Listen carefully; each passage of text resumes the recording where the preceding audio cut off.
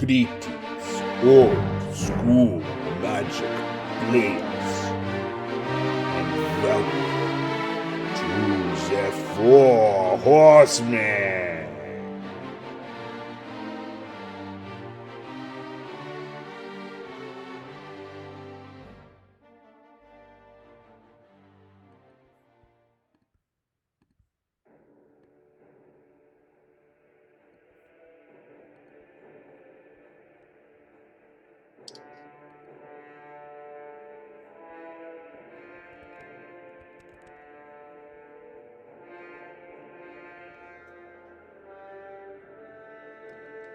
Greetings, old school magic players.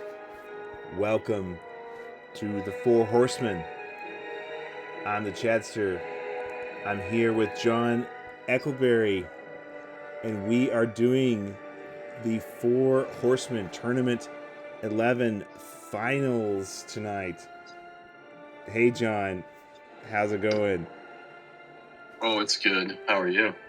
Hey, I'm great, man. I'm so glad we're finally able to get this Four Horsemen Tournament Levels Finals match video put out there. It's been a while. We're moving on to Tournament 13. We've already completed Tournament 12, and so this finals match is a critical, kind of turning point in Four Horsemen, and we can talk about that in the video tonight. For our viewers, we are starting tournament number 13. This is a pivotal point in the Four Horsemen Old School Magic format. And check out Tournament 13 at fourhorsemanmagic.com and just click on Tournaments and go to Tournament 13. In Tournament 13, we have done a new updated banned and restricted list. John, do you want to just make some quick comments about our banned and restricted for Tournament 13? Yeah, we just I don't know, we just cracked down on a whole bunch of stuff to kind of speed the format up.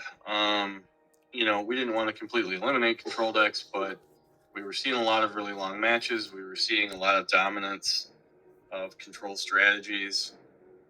Certainly the biggest offender was the 4 times mana drain, and we've talked in a lot of videos about why we allowed that for so long, but also why it's time now to go ahead and restrict it like most other old school formats.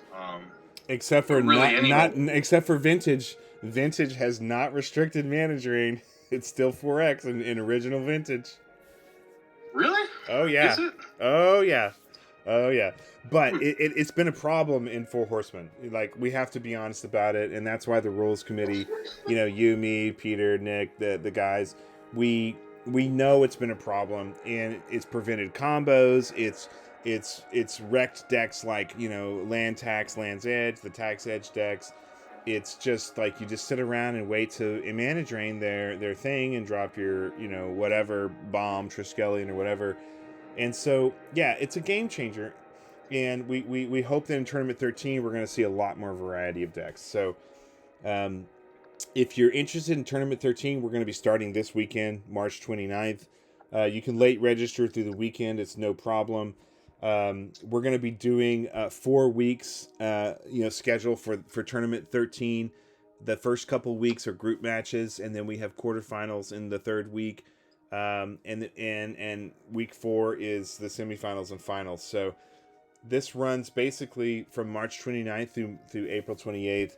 And if you'd like to join us, we'd love to have you. Check us out at fourhorsemanmagic.com, facebook.com/group/fourhorsemanmtg. Okay, so John, for Tournament 11, we are in the finals match for this video tonight. This was quite a while back. It was, January 13th through February 10th was when this was a hardcore, like, deep in the winter match. That's why you see the winter themes here. And for the brackets, for those of you who have seen the prior videos, I'm sure you've been waiting for this finals match.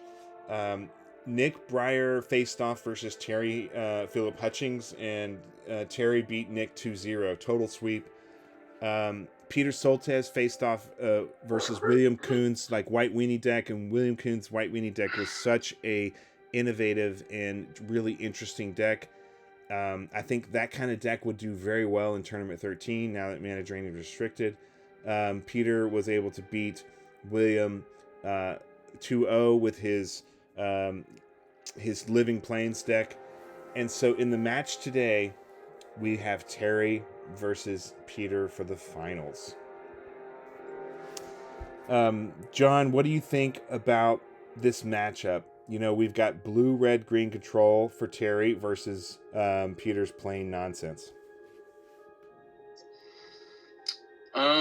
I think, as in many of our other Mana Drain versus Mana Drain matches, there's going to be a lot of draw go. There's going to be a lot of tension when somebody finally decides to play a card.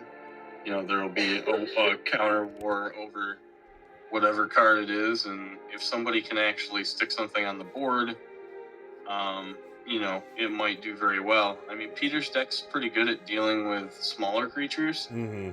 I don't know how well it necessarily does against some of the hardcore beaters like the Urnum and the Serendib. I mean, he does have Drop a Honey, right? So he can eliminate creatures that way if he needs to. And certainly Tabernacle is also a pain for creature decks. But yeah, we'll see how this unfolds. Yeah. All right. Well, if you've watched our previous videos, John and I have already done commentary on both of these decks, but just a quick review for the viewers who may not have seen the previous decks. You know, Peter's deck is highly optimized for control, for counter magic with the mana drains, and for exploiting Living Plane. And Living Plane is a world enchant world that turns all the lands into 1/1 creatures. And basically, you know, Peter runs Drop of Honey as a 4/of, and Divine Offering as a 4/of. You know, the Tabernacle of Pendril Vale, which makes all creatures have a one cost upkeep. It's just hyper control. Plays the Living Plains and uses the Tabernacle in combination with his own Caracas, which he's running 3 of each.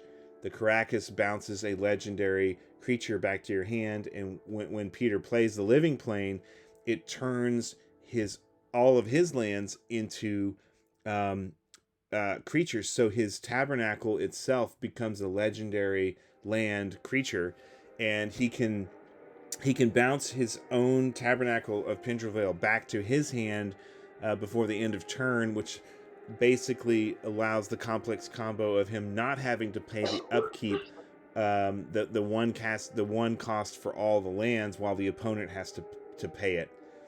And the most brutal and ingenious part of Peter's deck is a card that never sees play in any format, in any old school format ever, and that is the Arabian Nights card Sandstorm.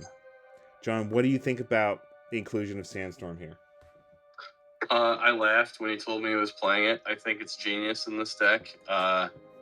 You know, he can just really blow somebody out, because the Living Plane will convert all lands to 1/1 creatures. Mm-hmm. And then, you know, the opponent thinks, okay, well, at least I have this one shot. I can attack him with all my lands, and maybe, you know, I can get in some damage. And then Peter just board wipes them for 1 green mana. Mm-hmm. It's bonkers. It is bonkers. And it also does double duty against weenie decks. It's very good against the green-blue aggro deck that we've seen in this format. Mm-hmm. And it's very good against really any deck that runs X1s. Yes. And so to complement that, like, that's such a brutal combo, because ultimately what happens is if the player doesn't know that Peter has the Sandstorms, they're going to attack with their living lands, the lands that have become 1/1s, and Peter just goes, oh, for 1 green, I will just wipe out your entire land base. Now, in the top 8, we always share the deck pictures. So all of our players from top 8 through semifinals, quarterfinals and finals, all that, they have the deck pictures available. And, Terry certainly studied Peter's deck. I know for a fact that he looked and studied this. So he might not be caught so off guard by the sandstorm as maybe some of the earlier players, but the players that were in the group matches and the pre-quarterfinals, I'm sure they were caught completely off guard with the sandstorm and wiped out. And Peter was undefeated in his group. He went 4-0. So, this deck is just really powerful, and it exploits so many things. And ultimately, this deck and many, many, many other control decks are part of the reason why we updated the ban and restricted. Okay, let's take a look at Terry Philip Hutchings' red, green, blue aggro deck. We've talked about this deck in the other videos. John, what do you think about Terry's chances, knowing Peter's deck and looking at Terry's deck? What do you think his chances are here? Well, I think it depends on who's got the counter spells, really. I mean, who has the mana drain? Who gets the mana drain first? Terry could come out strong and then just protect his stuff and counter whatever Peter does. I mean, it's not just a give me for Peter in this matchup, I don't think. He's got some interesting stuff, but at the same time, it's just really hard for creature decks to go up against the very control-y style that Peter has. We'll see. We'll see how it goes. Yeah. I mean, the saving graces that I think Terry has in his deck here is if he can get an early Curd Ape, if he can get a first turn Curd Ape with Taiga, that bodes extremely well for him. If he can get a early Fisher and Fisher something like the Tabernacle or Caracas, those are the two pivotal land cards that Peter is operating with. And if he can get that Fisher off and destroy that land, it can compromise Peter's strategy. But he's running 3 of each of those, 3 Caracas, 3 Tabernacles. So it's iffy. He's also got the early Chain Lightnings and the Serendib Efreets on the left hand side here in the upper left hand corner. Those are all things that can give him an early advantage. But I really think Terry has an uphill battle here, because once Peter gets established, it's going to be very challenging. Peter's going to have to be careful about what he mana drains early, because he'll want to ensure his combo can go off. Meanwhile, Terry will want to save his mana drains so that it could very well end up being a mana drain war. He has to mana drain that living plane at all costs. Don't you agree? Does Terry have flash counters in his sideboard or no? So Terry's sideboard is on the right, and I can't see what's in it. I see that recall on the top, but what are the cards underneath the recall? So he's got a recall and 3 flash floods. 2 flash flood. Yeah, okay. 3 are go through. That's a fine card, but not necessarily in this matchup. It's just, not only are the counters very important, but Terry's remove souls are just dead cards against Peter. I don't think there's any creatures in Peter's deck. Yes, yes, I agree. His remove souls are dead cards because Peter's not playing any, creatures. And I don't really even know necessarily what he brings in. There's nothing that's really that good or that relevant against Peter in his board. But we'll see what he does. All right. Well, all right, so let's go to the match here. And John, if you're ready, we can switch over to our recorded video. I'm ready. All right, I got to switch over on my side. I'm going to stop sharing here with the through the whereby, and then we've got the game. Okay, so just follow along with me, Peter. Just do you have it set to 1.5 on the playback? I do. Yep, I'm ready to go when you are. All right, we're gonna do it on 3. 1, 2, 3. All right, off to the races. Off to the races. Okay, so we've got Peter on the left and Philip on the right. Sorry, Terry Philip Hutchings on the right. And it's interesting, in some of the early videos, Terry's video was not mirrored. Here it is, because he's playing in Peter's whereby. It looks like yeah. It looks like Terry's won the role, and he is on the play with a volcanic. And then there's one of the Arabian islands I see that Peter played.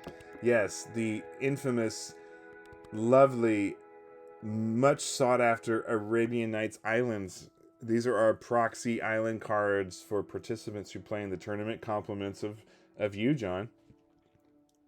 Indeed, they're a fun one. Well, and you made a nice back for them, so nice little collaboration. So see, this is just exactly what you were talking about. Terry had the best start that he could really have against Peter's deck. He had the turn one Taiga. Yeah. But then immediately there was a drop of honey for it. So yeah, I mean, at least it was only 1 for 1. You know, he only got 1 creature with that drop. So, you know, next turn Terry could slam down another land and drop and earn him. But at the same time, Peter's got 2 blue up, so it's tough. It is really tough. Yeah, I mean that's the best first turn Terry could have hoped for. Taiga, Kurdabe, and just get in there and beat down 2, 4, 6 damage, however many. So but this is something interesting that I haven't seen happen in a long time. Peter missed a land drop on his 3rd turn. Yeah. Which is just something I never see happen, but Terry still didn't play anything because he didn't want to play into the mana drain. So even with less board presence, Peter's holding him at bay. This Sylvan Library is really good. I don't think Peter can counter it because he needs to save those counters to protect his combo. But man, it's tempting. Oh, he is going to do it. It's really tempting because if you let the other guy have a Sylvan Library, it's really tough. I feel like I've lost to that card a number of times in this format just because my opponent has so much better card selection than I do. Yeah, and the mana drain here on the Sylvan Library, he's got the 2 mana and he's got 4 lands now. He just burns. He doesn't even play anything. Yeah, he doesn't have anything to play. So he doesn't have the living plane yet. He doesn't have his combo set up yet. But the 2 damage is no consequence. Long ago, back in the early days of tournament number 4, Brian Weissman joined us, and he, in his wisdom, decided that we ought to run dual lands in this format so that he could build this control deck that he wanted to build. And we've kept them, and I think in general it's been... So we kept them for Tournament 5 because Tournament 5 was a Legends tournament, and we wanted the Legends to be easier to cast. Yeah, and then after 2 tournaments of having them in, I think people got used to them being there, and they, certainly made decks easier to build. You didn't have to rely on City of Brass as a crutch so much, and so we kept them. I have some real mixed feelings about having them still in the format, and I do feel like it's created an environment where just any deck can jam, 12 dual lands and mana drains and whatever else, even if it wasn't going to play blue. Yeah. But this is interesting. So he used that mana drain on the Sylvan, which was, I think it was a reasonable thing to do. But then he was not able to counter the Urnum. But he does have a maze, so I mean, I guess it doesn't matter. He had the Maze of Ith. Yeah, he probably had that Maze of Ith in his hand, holding it, so he knew he could put the Maze of Ith down, and if there's a creature coming, he can deal with it. But yeah, I mean, we've got 7 mana on Terry's side. We've got 6 mana on Peter's side. Plus, Peter has the Island of Whack Whack and the Maze of Ith, so he's got two utility lands that can deal with creatures, flying and ground. And here comes a trike, most likely. Yep. There's it. There it is. There it is, Mr. Triskelion. Does Peter counter it or not counter it? I don't know. We'll see. Oh, look at this. Divine Offering. So, presumably he'll shoot him for 2 and then have the trike kill itself. Yes. So he doesn't gain any life. Yes. But, you know, credit to Terry. He's holding his own here. But Peter is holding a lot of cards in hand, and he's just building up his combo. He's not worried at all about the Urnham Djinn because of Maze of Ith. A Maze of Ith is restricted. Island of Whack Whack is not at this time. It is now in Tournament 13. What is Terry going to do here? A Curd Ape. Well, I mean, that's something. Peter, it's at least something. It allows him to get in 2 damage a turn if he doesn't have any other defenses. Mm-hmm. It's just the longer the game goes on, I think that Peter's favored. And this is what I was talking about at the beginning of the video. You know, the mana drain problem leads to a lot of draw-go games like this, where it's not particularly exciting to play or to watch. Mm-hmm. Where, you know, we've just gone through 5 or 6 turns or more at 1.5 speed where nothing happens. Mm-hmm. Like, you know, and then of course eventually he does something like play Drop of Honey, right?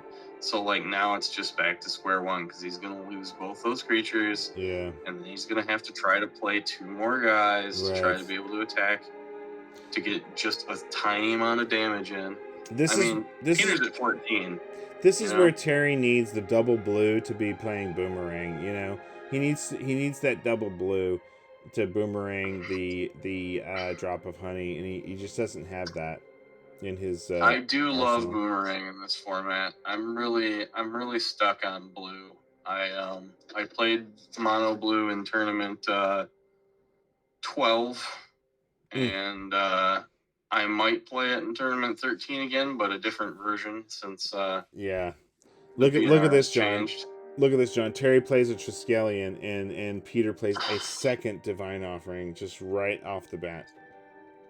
All the answers all the time. Yeah, and the lowest power gets eaten by the Drop of Honey, so the Curd Ape munches it, and the Maze of Ith is there to deal with the Urnham Djinn. You know, I'm surprised Terry wasn't running Blood Moons. I mean, if Terry was running Blood Moons main deck, he would have crushed this event. So imagine a world where somebody dropped a Blood Moon against Peter and he didn't have his 2 blue up, or he just didn't have a counter spell left. Mm-hmm. What would he even do? I don't think he could do anything with that deck. Yeah, I think Blood Moon would have completely destroyed that deck. Blood Moon would destroy this deck because Caracas Tabernacle is what the Living Plains deck depends on. So what Terry really needs here is Blood Moon, and he doesn't have Blood Moon. He doesn't have it in the main deck, and he doesn't have it in his sideboard. Neither the main nor the side has an answer, but Blood Moon is the answer here, and Terry unfortunately was not running it. I played in a Swedish, not Swedish as I like to call it, tournament one time where it was Swedish rules, but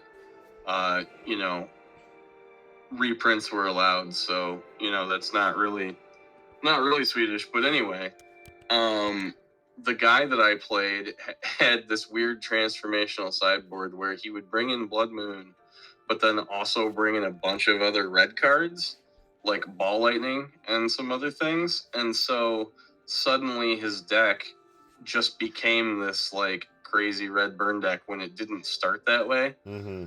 And I was on a deck that had a whole bunch of dual lands in it. And so, look at that drawing.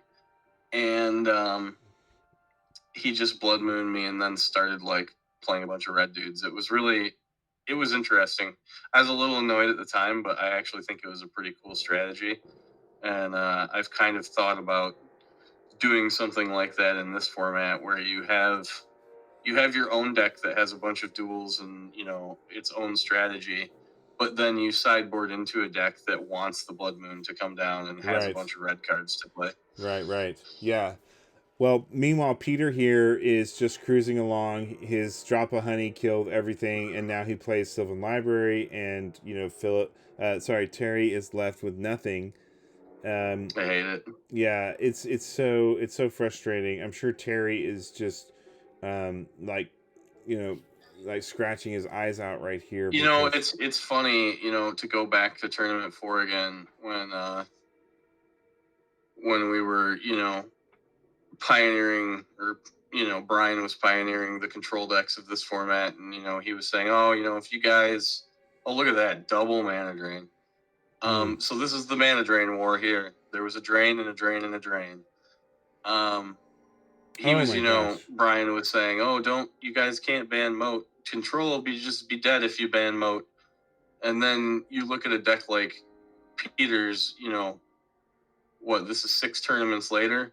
No, man, Control's not anywhere near dead. Like, Control it's alive and well, and it's dominating. Control is here to stay. Yeah, it's here to stay, and it's crushing and dominating, and nothing can beat it. Peter just played 2 mana drains to Terry's 1 mana drain. There were 3 mana drains cast in that turn, and Peter gets the Ivory Tower. It was all about Ivory Tower. So Peter plays Ivory Tower, Terry mana drains, Peter re-mana drains, and keeps his Ivory Tower in play. So he's got the Sylvan Library Ivory Tower combo, so he can draw cards off of Sylvan Library, and then ultimately, if he gets more than 4 cards in hand, he'll be gaining life. So he has an incentive to draw more cards and gain life off of the Ivory Tower from the library. Meanwhile, Terry has no creatures. I mean, he's got that Mishra's Factory, but the Maze of Ith is, sitting there being the ultimate culprit. Terry does have 1 strip mine, but he hasn't drawn into it. If he could draw into strip mine and strip that Maze of Ith, it could be huge. Oh, so Peter plays Recall, and Terry mana drains the Recall. He was going to Recall for 1, but it gets mana drained. No. He was going to Recall for 2. He was going to Recall for 2. That's what the 5 is. Right. Recall is an important card, I think, in this format and in many other old school formats, because you can kind of shore up the game. Like, if you want to just recall a mana drain so that you have padding to do whatever you want, or if you want to get your Maze of Ith back, or whatever other one-of card. Yeah, it's amazing. There's so many cards in this format that even when they're restricted, they have a huge impact on the game. Like, just the one of Maze of Ith, the one of Mishra's Factory, the one of Ivory Tower, they can really turn games around. Yeah. John, today I was talking with Michael Schevenacker, and he was saying, hey, you guys, for all the cards that are restricted right now, you should ban them. Everything that's restricted should be banned. Yep. So that's definitely a school of thought, and I have to agree that maybe it's a road we'll want to explore. I've talked to some other players about this. I'm setting up another little side format, Gentleman's Old Fashioned Type 2. Oh yeah, and it's my favorite beverage. Yeah, exactly. The difference between that and regular Type 2 is regular Type 2 had a restricted list. Mm-hmm. And instead, it takes that restricted list and it just makes it a ban list. Mm-hmm. And you'll notice that when you mentioned Vintage earlier, I went and double checked the mana drain thing, because I was like, really? You can have 4? But the funny thing is, you can have 4 in Vintage, but you can have 0 in Legacy, because the card's straight up banned. And that's kind of the difference between Vintage and Legacy. Vintage has a restricted list, whereas Legacy has a ban list. And I understand the impulse to not want to take cards out of the card pool, especially in these old school formats where we're playing for nostalgia and we want everybody to be able to play with everything and have access to all the cards. But in order for a format to be healthy at the end of the day, I think it's probably cleaner and better to just have a banned list. If a card's a problem, you just eliminate it, right? Because if you just leave a restricted list, you'll see a lot of decks that just play like every restricted card that they can jam into their deck. Right. All in one deck. But yeah, I think Michael's absolutely on the money. I think if we go a couple more tournaments and we still see problems with these cards, maybe we should just move to that. Maybe we should just move to only having a banned list. Yeah. Well, meanwhile, Peter over here with his ivory towers gaining, 2 or 3 life per turn. Terry has his Urnum, but it's neutered by the single Maze of Ith. I hate seeing that factory get destroyed by a. So that's what, his third Divine Offering this game? Yeah, that's the third Divine Offering. So factory gets destroyed. Or was that game? Are we we're these on games game. Are so long. Is this still game 1? Yeah, this is still game 1. Yes, that was his third Divine Offering. Yeah. Okay. So he was trying to get in for damage because he had the Urnum and the factory, but of course Peter has the third Divine Offering. Meanwhile, Peter continues to gain life with the Ivory Tower, and he's played a Felden's Cane. It's just like, for Terry, he's just like, oh my god, can I please concede now? It's just if these were timed matches, which I understand webcam games aren't, but I definitely come from a background of playing a lot of, sanctioned tournament matches that are timed. Yeah. Peter just plays decks that would just go to time every round, and I don't even know if he closes game 1, in a reasonable amount of time. Well, we are at 1.5x right now. We are at 31 minutes. So if we had a 30, not too bad. Yeah, if we had it, well, it's probably a 45-minute game at this point at a bare minimum, or maybe a 50-minute game. That'd be a whole round in a regular tournament. Yeah. So Peter would have lost already because he's at lower life, and that's something that I think they'd either draw, or if he could somehow pull out game 1, he'd just get the match because it'd be 1-0. Well, harkening back to the way back X Point days during COVID. That was something that I had asked for, was, can we have time in the round? Can we have 45-minute times or something?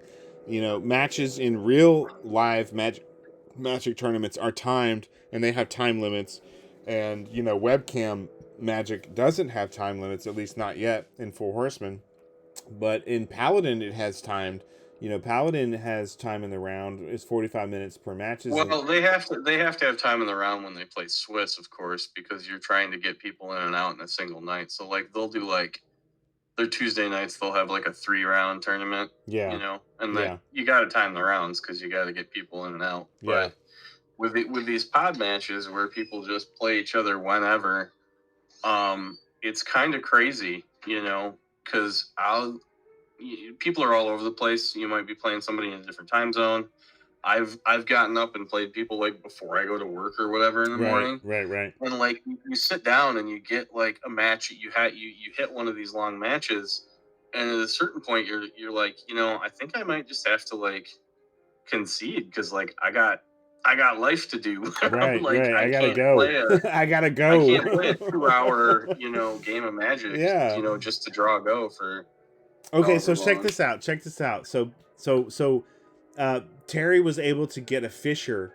He cast Fissure on the Maze of Ith, and he's able to successfully cast it because Peter's burned a lot of his mana drains, and now Terry's able to get in for damage with the Urnum, which is a game changer.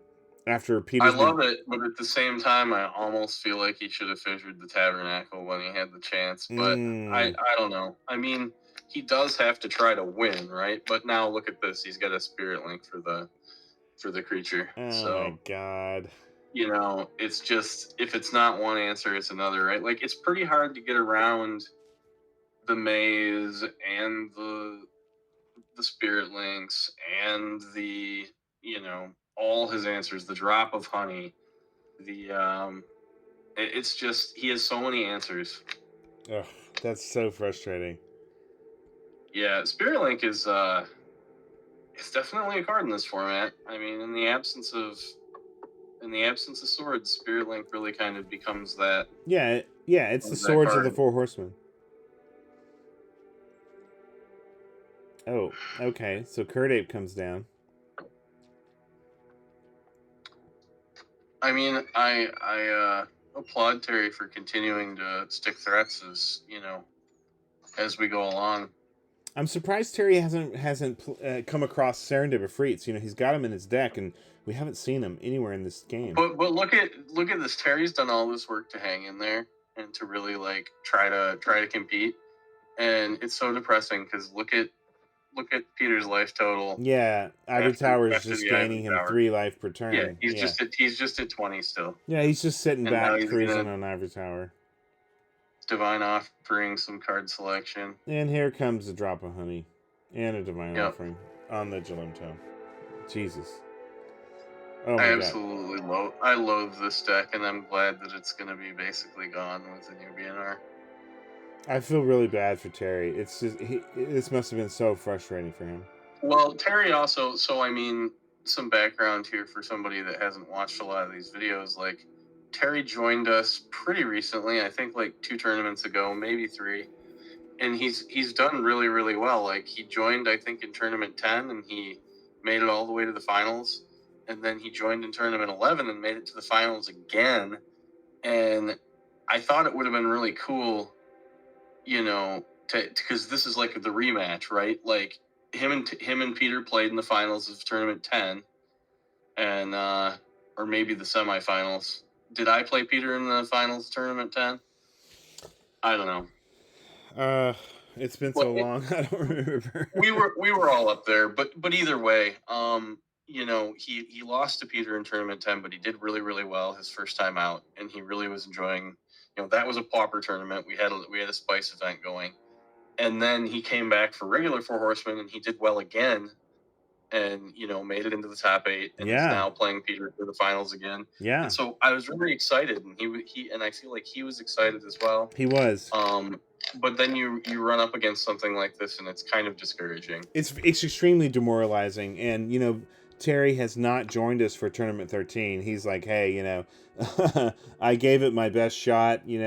I came in for tournament 10 and with the Popper Doubleton, and he made it to the finals. He came in for tournament 11 and crushed it, and he won his pod. He was undefeated, and he makes it all the way to the finals with Peter. And then Peter just he's just Peter's running this horrible control deck that just makes it miserable. Oh, it's just utterly miserable to play against this deck. And Peter's like, yeah, I'm not going to be coming back for tournament 13. It's very demoralizing. Well, at a certain point, you just kind of go, okay. I did as good as I'm gonna do, and in that format, move on to something else. I know that Terry plays other old school formats. He has his own channel. Yes, he does. Old MTG. Yeah, and he posts videos on there. Yeah. Well, and he shared with me. I hope to have him back again sometime too. I do too. I do too. See why he'd want to take a break. Yeah, and I've been talking with him, chatting with him. What he shared with me was he's like, hey, look. I made it to the finals in X Point and I lost. I made it to the finals in this other format and I lost. I made it to the finals in Four Horsemen and I lost. And he's like, man, I was in 3 finals and I lost in all 3 of them. And he's like, a person can only take so much. And he's I am a person that plays way too many formats, and I've had a couple months like that too, where you do really well in all your pods, and then you make either the top 16 or the top 8, and you're really cooking, and then suddenly you just lose in every format, and it just really feels. I think it's compounded by the fact that these things play out over a month, and then suddenly you feel like you've wasted a whole month of your life. Yeah. And that's not how you should look at it. I mean, because this is, we're supposedly doing this for fun, right? You should be having fun. Yes, but ideally. It is kind of rough when you just kind of start taking loss after loss after loss. Yeah, I just try to remind myself that it evens out. I've been keeping I play enough formats that I've been keeping a spreadsheet of my matches just so that I remember to play all of them. And when I look back on it, I'm pretty firmly in this last month. I think I played 5 different formats last month, and I was basically at 50%. Some of the formats I did really well in, I won all my matches in my pod, and then one of the formats I played and I lost all my matches in my pod. So it all evens out. Yeah. over time, I think. Yeah, no, but you make a good point. Like the purpose of playing in these old school Magic events is to have fun, and you know, when you've got these oppressive, like exploitative running 4X of all these crazy cards that just it just makes playing against that deck utterly miserable. And I've talked with Peter about this. You know, I've like said, hey, look, you know, your opponents that are playing you, they're miserable. They're miserable playing this against this deck. Do you really want to run decks like this? You've won so many Four Horsemen tournaments. You don't need to play these kind of decks. You can play a combo deck. You can play a crazy Eureka deck. You can play like a fun, like Johnny or Timmy deck. You don't need to play these oppressive, you know, exploitative decks. And yet, you know, Peter continues to do so, and that's obviously his prerogative. But you know, Well, unfortunately, if the deck is legal, somebody will play it. So that's what the BNR is for. So, you know, when we see environments like this where we don't feel like people are having fun, or where we don't think that the brewing potential that we hope is there is being met, you know, we can axe some cards and start over. You know, we've both talked about having a spice event where we go back to the Wild Wild West for a tournament. yeah. And I do think that sounds fun, but at the same time, it's also just like, it's so crazy because there's just yeah, so many cards that are so busted. Yeah. just the power level is off the charts. Speaking And of it can be power so level, aggressive. speaking of power level off the charts, so here Peter finally gets his Caracas Tabernacle. He plays. He's got the Tabernacle. He's got the Caracas. And he plays the Living Plane. And you know, now Terry frustratingly has to pay the upkeep on the Tabernacle, and he's only able to attack. Peter's at 25 life. Terry's at 6. You know, he's able to attack and do 6 damage, and Peter has his, like, you know, 4th mana drain here to mana drain the pyrotechnics. Like honestly, Terry could have won right there if Peter didn't have that mana drain. It's just like he got in for the 2 damage, and he had the 4 with the pyrotechnics, but Peter had the mana drain, and it's game over, unfortunately, for Terry. And oh my god. I mean, generally, I feel like Pyrotechnic seems like a good card against Living Plane. Yeah. Because if he plays it and you can't counter it, you can just kill 4 of his lands with 1 card. But Yeah. at the same time, like, by that point in the game, he's drawn so many cards that, like, he's probably going to have an answer for it. Right. Once he, you know, assembles his combo. And if it gets mana drain, then, you know, he gets 5 mana to work with. And it's tough. It, like, right here, if I'm Terry and I'm, like, looking at my sideboard, like, I'm almost thinking, man, I just want to, like, I might as well just concede game 2. Like, Yeah. why even play game 2? Right. But at the same time, But if it's the finals, so he's going to go for it. If he had Blood Moon in his sideboard, it would be totally different. Like, I do not. So I do think that it's pretty wild that Peter made it through that whole tournament without running into somebody playing Blood Moon. Yeah. I don't know if anybody in the top 8 was playing it or not, but, like, that is a card that should be seeing more sideboard play than it is. And Terry's got red in his deck. There's no real reason for him not to have it. He's got 4 islands. He's got 2 forests, and he could have easily run 4 Blood Moon in his sideboard. I do not understand why he didn't. And if he did, he would have won this tournament. But he's not running Blood Moon in the sideboard. He's running Argothian Pixies, and I'm just like, you don't need Argothian Pixies. Like, and he's running a couple of Rook Eggs. Like, if he had just ditched the Argothian Pixies and 1 Rook Egg and had 4 Blood Moons, that would be the ultimate killer for Peter's deck here.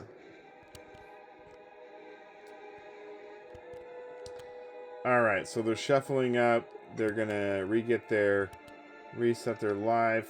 I'm gonna switch back over here. John, I need to refill my beverage.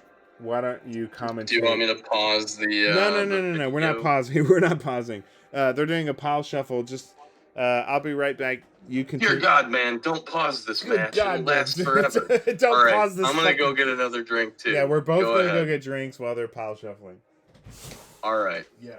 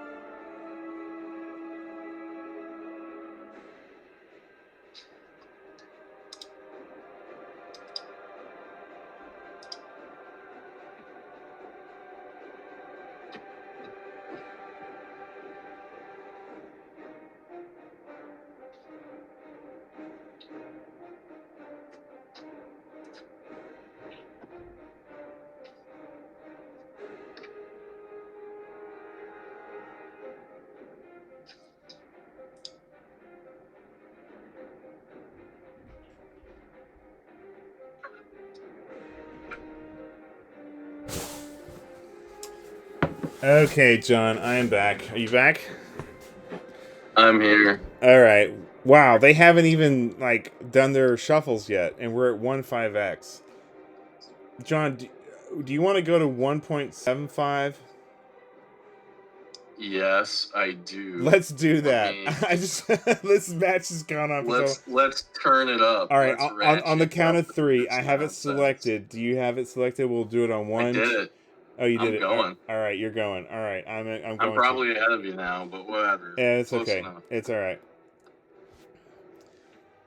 Oh, like this match is just giving me like, agita. Like if Terry had Blood Moon, like the match he would just crush it. He would win games 2 and 3 no problem.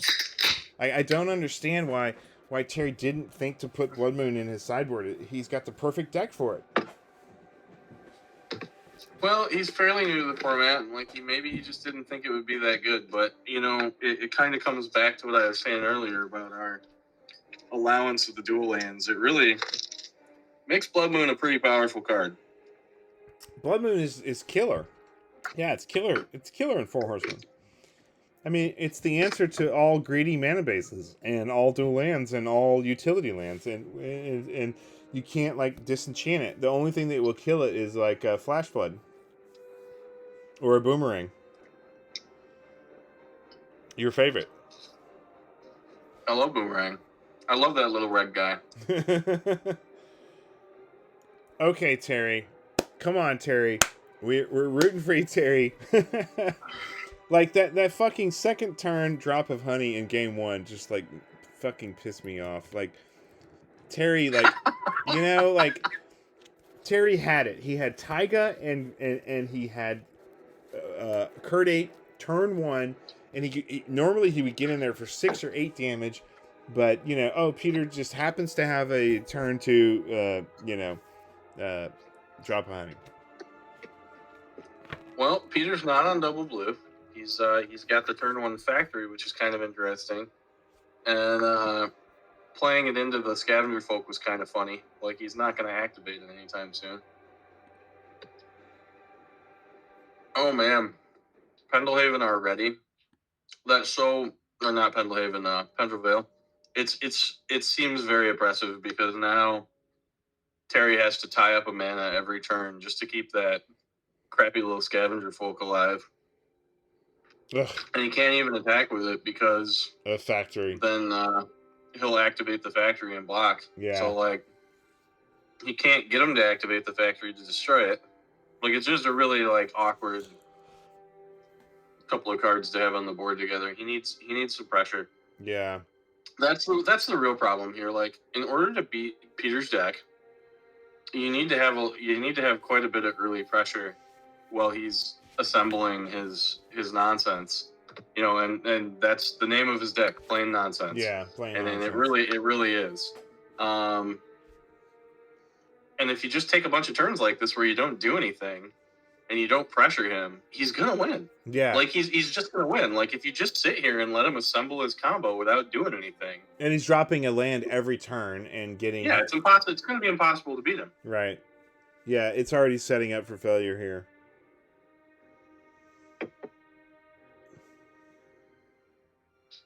And Terry, unfortunately, I don't know what he's got in his hand, but he's cast 1 card this game, and Peter's got 7 lands. Yeah, it's turn 8, and Peter's got 7 lands, and Terry's got 1, scavenger folk and 4 lands. What's he got in his hand here? And again, how big of a letdown is that? You blast your way through your pod, you blast your way through the top 8, you get to the finals, and then game 2 of the finals, you just play a scavenger folk and have nothing else to play. It's so depressing. It's really depressing. I mean, he needs Fisher, he needs Urnums, he needs pressure, he needs Serendibs. Where is all this stuff? Yeah, he didn't see a Serendib last game, and I don't know that he'll see one this game. We'll see. Yeah.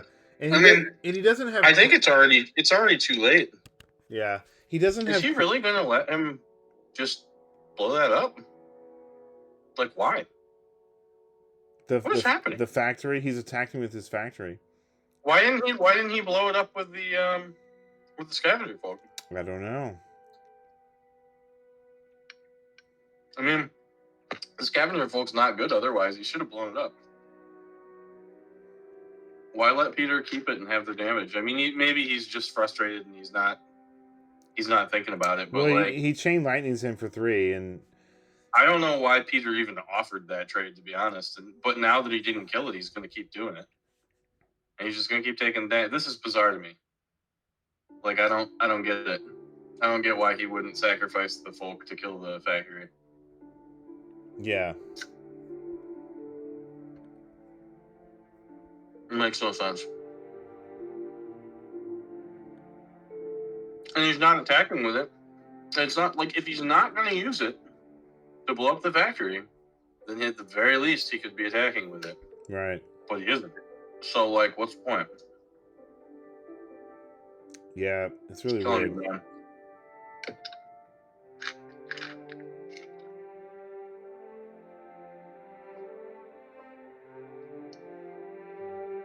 Oh my god. Why? Please let him do 6 damage to him now with it. Weird. What is going on here? This is so bizarre. I don't know. He could just destroy it at any time.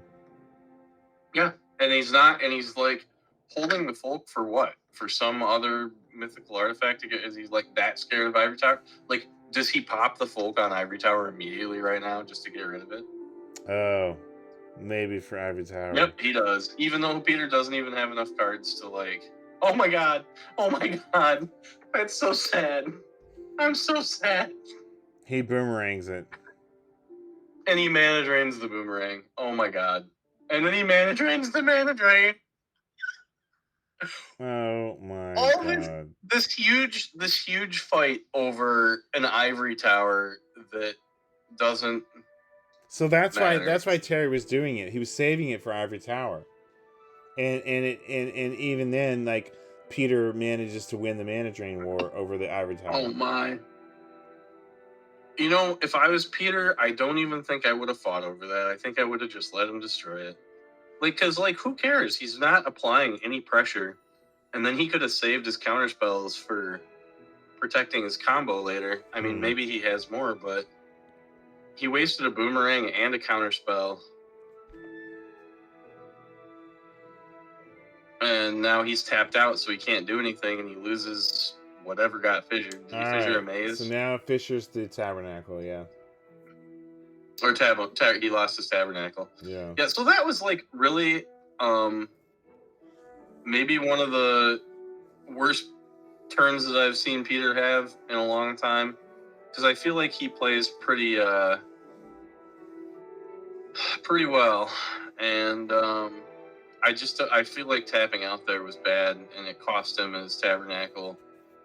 But, you know, I guess it just doesn't matter because now he's got a tower and he's attacking with the factory. Now Terry's out of cards, and yeah, he's just gonna beat in. Right. I mean, there's a trike, so that's cool. I mean, I don't know. Does Terry actually get a game in here? Maybe he does. I haven't actually watched the recording prior to this, so that would be cool. I'm rooting for Terry to win this game and go to game 3. But there is a divine offering on the Triskelion. Yeah, no trike to be left alive in this matchup. Yeah, and here comes the beatdown on the factory on Peter's side. Dude, he should have destroyed that factory. He's now taken. He's down to 9. Yeah, so, he's taking like 10 damage from that factory. Yeah. Yeah, it's crazy. How did he take an odd number? Yeah. Oh, maybe. Well, maybe the city of brass. The city of brass. They used the city of brass once, maybe.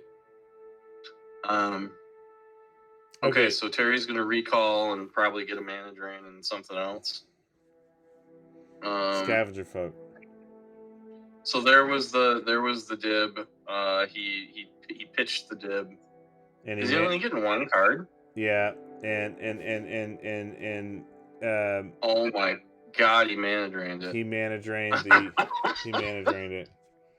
I hate it. Like he's using up all his mana drains just to protect this stupid ivory tower that he doesn't even need.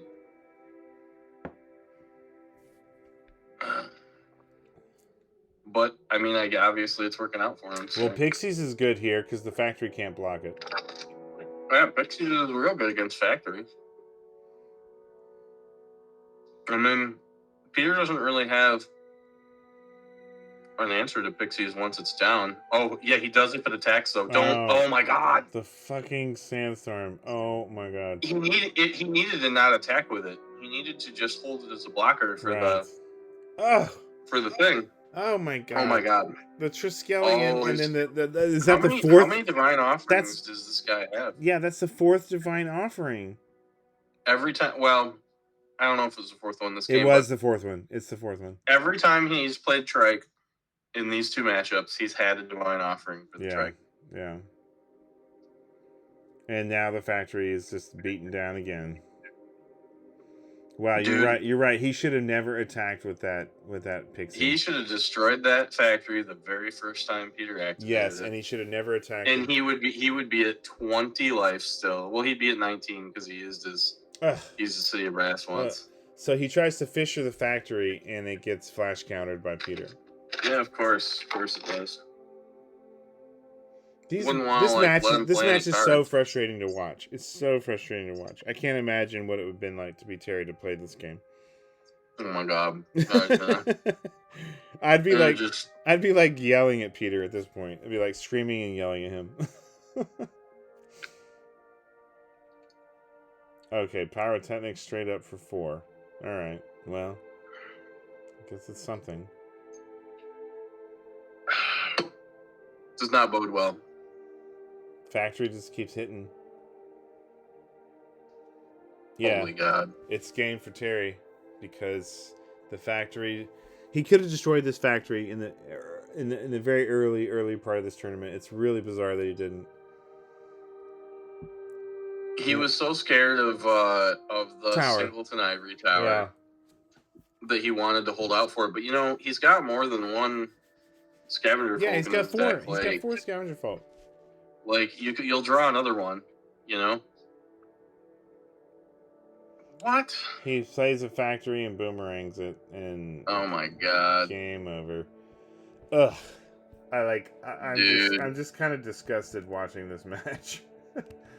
I do think that it'd be a very different match if Terry destroyed the Factory the first chance he had way early on. It would be a very different match. Yeah.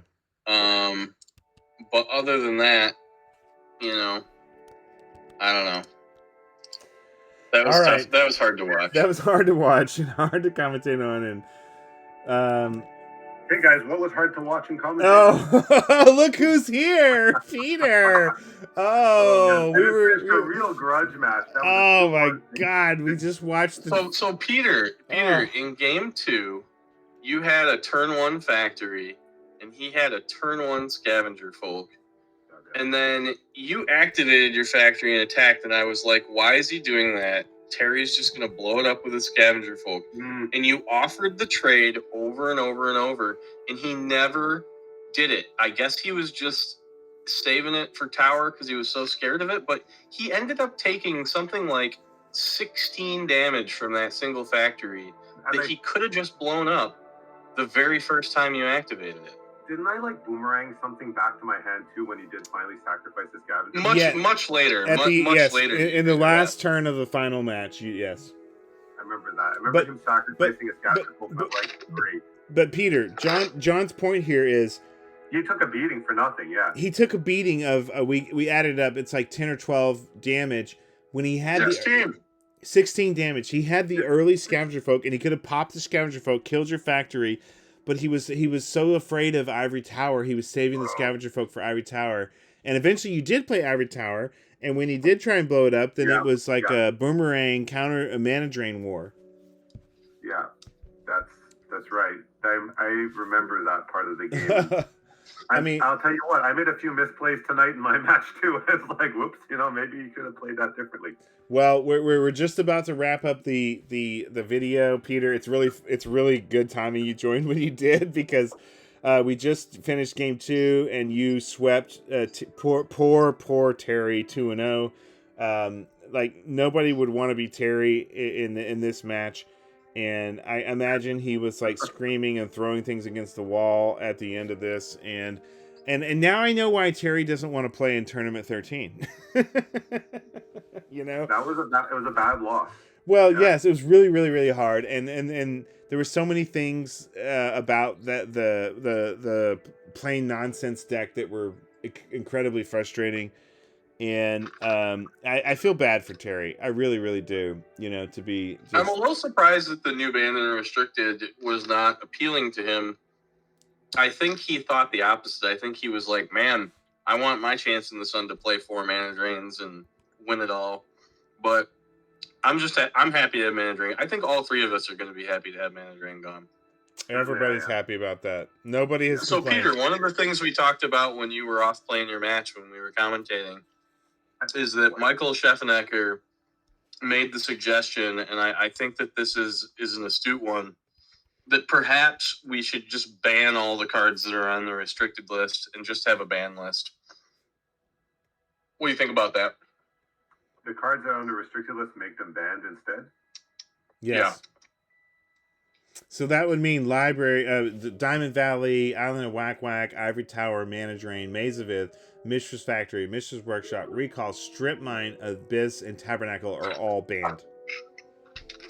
Well, I'll go on record. I think it's a terrible idea. I do, because it's like, you know, here's the thing. It's like banning all the... It's like, you know, you wouldn't want to eat just spices, right? Like, it'd be a terrible meal. But if you banned all spices from cooking, that's what you would now be getting. You'd get, like, the bland, unexciting, little surprise, no big sways, nothing like that. Like, all those cards are important to deck building concepts and ideas. And without them, you know, you could run a month and just do it for fun. I think anything could be done as a test, but you know, you might find that Ali from Cairo is the most powerful card after that, right? Spectral Croak, Ali from Cairo. I'm thinking about running that deck in Tournament 13. You might just find out that that's the most powerful deck now. Like that's the thing I see here happening is that like that's not what I would do because those are large deck building elements. But running it for a month and trying it just for fun for people after, you know, like down the road, we should write these ideas down because it's not a bad idea. It's just not an idea I would implement like as a change to the banned restricted list. It's something I would do for a tournament and it might produce some very interesting results. Yeah. Write the idea down is something we can do. Because we have so much ammunition for the future in this format. Like people are always making these really cool suggestions of things we can do that no other format is necessarily doing. I never heard anybody say let's ban the restricted list. Like, that's really cool. Well, I think it's definitely a philosophical debate because if you look at Vintage versus Legacy, mm-hmm. Vintage has a restricted list and Legacy has a ban list. Mm-hmm. And that is really the difference. And in newer formats, you don't. There's no such thing as a restricted list in newer formats. Yeah.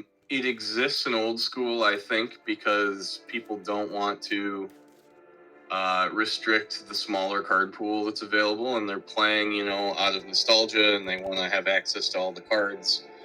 But the card pool is not as small as you think. You know, there are other cards to play and other decks to build. You know, it's like earlier when I mentioned getting rid of Moat. And, you know, oh, woe is me. Control just won't exist if Moat's gone. Well, sure it will. You know, it'll exist in a different form. So it is kind of interesting, you know, and I don't know. It does lend itself to a different style of play. You know, this has been a point of contention in Revised 40, where they've been back and forth on banning Mind Twist for a long time. Right. And, you know, they don't have any cards that are banned right now. They only have a restricted list. And now they're moving to the idea of potentially banning at least that card. I don't know if they've talked about others, but you know, Old Fashioned Type 2, another format that we're going to possibly get off the ground here. Same idea. You know, it takes that original restricted list and it turns it into a banned list. And that really makes the environment very different. If we only had a banned list, I don't know if it would have to have as many cards on it as we have on our restricted list. But at the same time, all of the cards that we have proven to be a problem in the format, and we don't want to just have 3-hour matches of Magic or only control decks or whatever. But you also don't want super boring games where it's all just like, oh, I'll attack you with my 2-power creature, 10 times until you're dead. So I don't know. It's a tough balance, but that's what running a format's all about. You got to find the balance where people enjoy brewing and enjoy deck building and enjoy playing ultimately. I think that is a great note to end this video on. And thank you, John, for joining me for the commentary. Thanks, Peter, for joining late, last minute. Thanks, America. Thanks, America. America. For the viewers, we are starting Tournament 13 this weekend, starting March 29th. We encourage all of you to join us if you haven't signed up yet for Tournament 13. If you like our Four Horsemen videos, we got a lot of fans out there that have sent us a lot of great feedback. Please join us, fourhorsemenmagic.com. Click on tournaments and go to Tournament 13. All the details are there. And to, Peter and John, thank you guys for commentating. And also thank you for supporting the format. You guys have been with me and the Four Horsemen from the very beginning. If you would like to play some casual matches, you can join us every Thursday night at the Four Horsemen Magic Facebook group, and we jump in at Thursdays at 9 p.m. Eastern Time. We play casual games and we do deck testing, and the last one of these before Tournament 13 is tomorrow night. So I hope everybody will join us, and we are signing off. Thank you for joining us for the Tournament 11 finals. Congratulations, Peter, on your umpteenth, 18th, bazillionth, trizillionth win. Peter, as I like to call him, Peter, the King Suleiman Soltez, remains supreme. Hopefully, Peter, someone will dethrone you in Tournament 13. It's always a hope. It's a mutual hope. It's hope for the future. All right. Thanks, everybody. Thanks, everybody, for joining. Thanks everybody for thanks everybody for joining us for the video, and we are signing off. Cheers. Thank you. Good night. Good night.